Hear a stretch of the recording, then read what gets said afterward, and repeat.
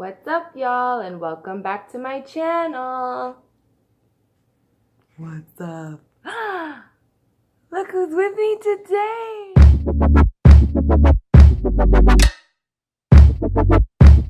Hey guys, welcome back to my channel. Today I'm going to be doing a 2-month update of how Chamberlain is growing and developing. But before I get into that, please make sure you're subscribed to my channel, that post notifications are on so you know every time that I post a new video.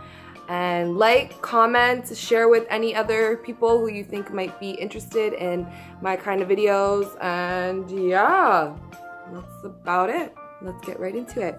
So obviously you guys could see I have a very special guest with me today. His name is Chamberlain Riley Paveo. Say hi. Hi. Hi, YouTube world. Hi. And he is officially 2 months yesterday. Yay!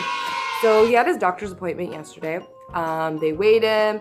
They measured him. He weighs 12 pounds. So he was 7'3" when he was born, and now he's 12 pounds. So he's growing really good, real good, eating real good, huh? He did get his shots, his 2 shots, and he had an oral vaccine as well. I think that was for, I don't remember the name of it, but it's apparently for diarrhea or something like that. So we got 2 shots, one in his left leg, one in his right leg. He did cry, but that's only because he was really fussy from trying to get the oral vaccination. So he was already fussy, and I was just like, you know what? Let's go. There's no point in waiting till he calms down. You might as well just give him his needles. He's gonna cry anyway. So it didn't go so great. The cries were so real. Like, it was a different type of cry. Like, you know, there's the hunger cry. Like, I kind of know his cries now, and that cry, oh, it broke my heart. It was like a cry of pain. I wanted to, like, you know, beat the nurse up, but I know she's just doing her job, right? Right? You're okay though, he soldiered it out. Eye color currently is like blue. I don't know if it's gonna stay like that, but they are blue, like bright blue, grayish eyes. So cute. Like, Carmelo had gray eyes to start, but then they did turn brown, and Carter's eyes, they were blue as well, and then they turned green. So I don't know, maybe his will be blue. I guess we'll just have to wait and see. I am breastfeeding, but I am also supplementing formula. I give a bottle of formula before bed. I find that it does tie him over, and he does sleep longer when I do give him that bottle of formula. So I give him about 4 ounces of formula before bed, and he tends to sleep a lot longer. So I really am just doing that for my own sanity. That's what works for me and our schedule and our routine. I know a lot of other people, you know, are against formula and all that, but hey, you got to do what works for you. I've learned that in motherhood. You know, there's so many things that you can do and so many different ways to do things, but honestly, you got to do what works for you and for your lifestyle and for your sanity. He's a very good sleeper. He sleeps probably about from 10 p.m. till about 4. Then he'll wake up for his nighttime feed. I'll feed him, and then he'll go right back to sleep. During the day, he does take long naps. Every time we go out to the park or when he's in his stroller outside, he sleeps. I think he's one of those babies that can only sleep in noise, because when we're at home and it's dead quiet, like, he doesn't sleep at all. He's like wide awake and engaged, probably because he lives in a house full of boys and they're loud, and maybe when he was in my stomach, it was, I don't know, there was constant noise all the time. I'm not quite sure. But he definitely sleeps through noise and likes being outside, loves being outside. We tried sleeping him in a bassinet. He did like it for about the first month. We swaddled him and he would sleep there for about, longest stretch I think was about 3.5 hours. But he doesn't like his bassinet anymore. So what I find, what's working for me anyway, he sleeps in like this the round pillow, breastfeeding pillow. I stick him in that with blanket, and he sleeps there for like 5 hours straight, and I just put it on the couch, and then I end up sleeping on the couch because it's just easier. I don't know, I just fall asleep, and don't get back up till he wakes up, and then when I do breastfeed, I just watch TV. Like, it just works out easier for me. In terms of what he's doing now, he's doing a lot more. He can follow. He'll follow me, like if I'm standing here and then I move over to the other side, he'll follow me there, follow me back. If I go behind him, he'll try, but like he bends up his neck and he's just like, forget it. You're gone. I don't want to see you anymore. He coos. He's not lots of cooing, lots of talking, babbling. We sit here and we just talk. Well, I talk to him all day. He just kind of responds with right? Yeah.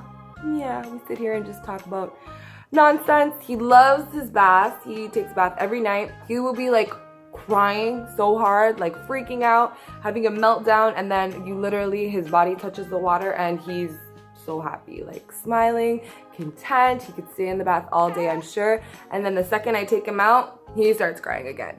So he's definitely a water baby. Maybe that's because he is a Pisces. That is a water sign. I don't know if there's any, correlation with that, but likes looking in the mirror. We sit and stare in the mirror and talk to ourselves sometimes. That's why he's staring in the camera right now. He can see himself. He's like, ooh, oh yeah. Oh, who's that handsome guy? He's very strong. He's already starting to stand up. He can already hold his head up pretty well. Sometimes when he's lying down, you can see him trying to using all his might to try to sit himself up, but he gets nowhere. He just turns like a tomato red and then he just falls back down and freaks out, but he is very strong. Carmelo and Carter, they are both a great big brothers so far. They wake up every morning. He's usually awake, just chilling on the couch. They'll come and they'll sing to him. They'll hold the pacifier in his mouth if he's crying while I'm making their lunches. Carter actually can hold him and he'll burp him sometimes, which is really helpful. He's got lots of entertainment around him at all times. Something that did happen to him in the 2 months that he has been alive. It was kind of scary. So there's this thing, I don't know the term, but it's actually a term. There is a term for it. I'm going to look it up and then I'm gonna write it down here or whatever.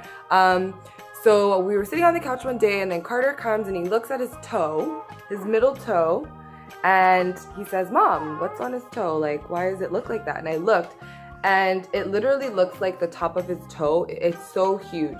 There's something wrapped around it.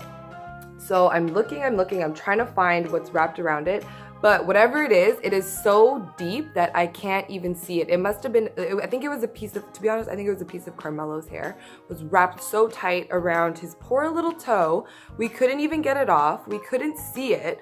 We were trying to just use our fingers to take it off, and it wasn't even working. So when I was trying, I tried to do it at the back over here. Wait, it's not that toe. Let's see. It was this toe right here. This little piggy right here. So it was wrapped all the way around it. The top of his toe right here was so big and red, and it must have been on there for a couple days and I just never saw it. And I was trying to take it off, and honestly, I thought the top of his toe was going to fall off. I could see a little bit of red, it was bleeding a little bit, and every time I tried to pull the top to get the hair out, so using my nail, it looked like it was gonna fall off, and I was kind of panicking low key, but I didn't want to panic in front of Carter. Carter was scared shitless.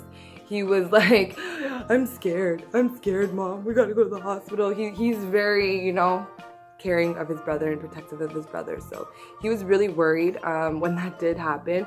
But luckily Andrew, he found this I don't even know what he ended up using, but something that was able to fit under the piece of hair, and he just basically ripped it off, and yeah, that was that. But then we looked it up online and it's actually a thing. I YouTubed it, and there was a video if it gets really serious, they have to cut the baby's toe, cut a slit on the side, and then it was just so sad. And I'm glad that it didn't get to that point, but I definitely was not looking out for that. I've never heard of that before, and that never happened to any of the other two, so it was an interesting experience. And I am constantly looking at his toes now to make sure there's no hair wrapped around his tiny little toes anymore, because we don't want that to happen. So in terms of me, how I'm doing postpartum, I'm doing great, feeling great, my body is not back to where I want it to be. Obviously, I need to be a little more patient. It was my 3rd C-section, so I'm noticing a lot more, more of a mom pouch, unfortunately. which I feel is going to be very, very difficult to get rid of. But what are you gonna do? It's just gonna take a lot of eating right, which I have not been doing. I always snack at night. That's like my #1 problem. I need to cut that out, and I don't snack healthy either. I've had like chips and just junk, it's bad. So I know what I have to do. It's just a matter of implementing it and making it a habit. So yeah, I gotta start eating healthy, and I wanna start working out again. The weather's so nice, so I plan on going on a lot more runs and walks with this guy and working out outside with him. I'm trying to get that summer bod, or like somewhat decent bod, because right now I'm not where I want to be, but that's okay because this little guy was well worth it. Yeah, you were. You really were. My scar healed nicely. Oh, he's so tired. Oh my goodness. My scar healed nicely. They cut the same incision that they did for Carter and Carmelo. It's healed nice. The skin around it, like my mom pouch that I have, it's like numb. I can't feel nothing there. It's like dead skin, so that's why I feel like it's gonna be really hard to get rid of, but I'm up for the challenge. If you guys have any tips, other moms who have had C-sections who have that mom pouch, how did you get rid of it? Did you get rid of it? Please, please, I'm begging you, send me your secrets, any tips, any links that you have that you think would help me. I would be so appreciative of it.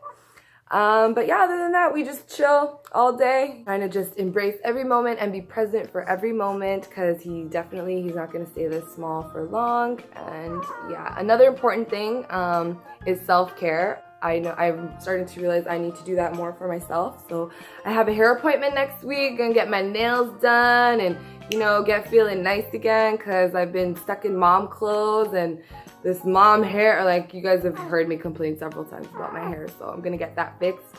And yeah, just taking care of myself a little bit more so I feel good about myself, because when you feel good about yourself, then you're able to do a better job at taking care of the little ones, right? So yeah, we're all doing great. I will do another update, probably not at 3 months, that's a little much, maybe at 4 months, so you guys can see how he's doing and how he's progressing along. But until then, make sure, again, you guys are subscribed to my channel, because I definitely have other videos coming out. I'm going to be doing a couple challenge videos, more vlog videos, more of the kids, because I know you guys love the kids, especially Carter. He's a big hit, I hear. So yeah, subscribe. And don't forget to like and comment below. Thanks for watching, guys. Bye.